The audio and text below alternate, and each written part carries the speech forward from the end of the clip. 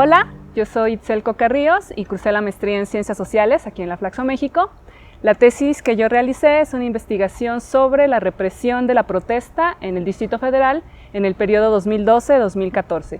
Yo realicé esta investigación porque precisamente a partir del 1 de diciembre de 2012 se vivió una manifestación que no tiene precedentes en la historia de la Ciudad de México y en la historia del país en general, que es una protesta en contra de la toma de posesión de Peña Nieto, porque se veía como un retroceso democrático el hecho de que el PRI llegara a Los Pinos. Entonces mucha gente, sobre todo en el Distrito Federal, que siempre había estado gobernado por la izquierda y sigue gobernado por la izquierda partidista, había un ambiente político muy polémico, muy candente, lo que ocasionó que en esta ocasión hubiera mucha violencia en la manifestación y hubo una respuesta represiva por parte del gobierno. Esa respuesta represiva yo la mido en el número de detenciones arbitrarias que se realizaron, que en esta ocasión fueron más de 100.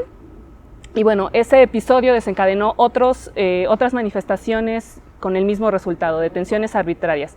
Entonces, bueno, la investigación que yo realizo intenta indagar por qué inició este periodo represivo, porque antes de 2012 en el Distrito Federal la política del gobierno siempre había sido muy tolerante a la protesta.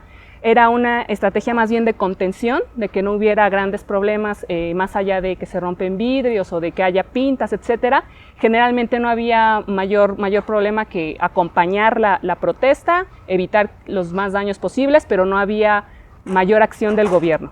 Y a partir de 2012 pues ya inicia esta estrategia un poco más de confrontación, de impedir que las personas realicen las manifestaciones a través de encapsulamientos, a través de golpes, a través de amenazas, a través de toda una serie de violaciones a los derechos humanos que culminan finalmente en una de sus expresiones, digamos, más violentas, que es la detención arbitraria.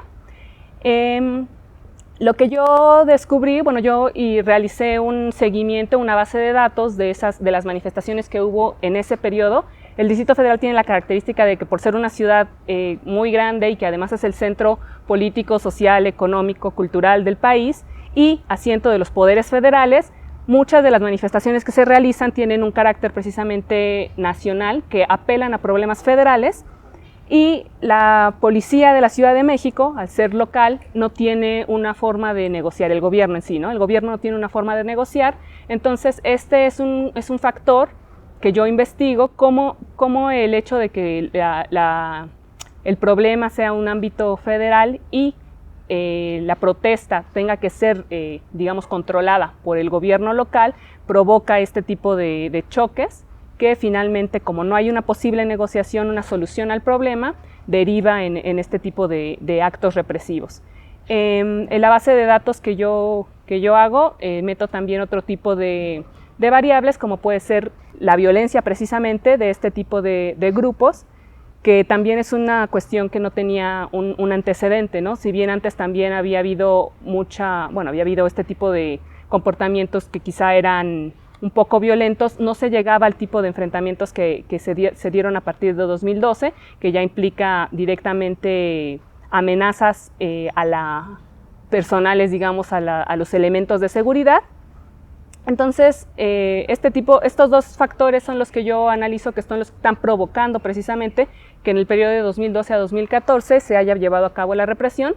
Yo documento 10 eventos en los cuales hubo represión a través de detenciones arbitrarias, con un resultado de 365 personas afectadas, por lo menos, que son de las que se tiene registro, que fueron detenidas arbitrariamente. De todas ellas, el 98% fueron liberadas porque no se encontraron pruebas o porque hubo errores en el proceso, precisamente porque había habido torturas, había habido amenazas o había habido algún tipo de irregularidad, de que los detuvieron en algún lado y al final los policías dijeron que eran otro, etcétera. Entonces, bueno, de eso es lo que trata mi investigación. Los principales resultados precisamente son esta sistematización que no existía acerca de la protesta en la Ciudad de México.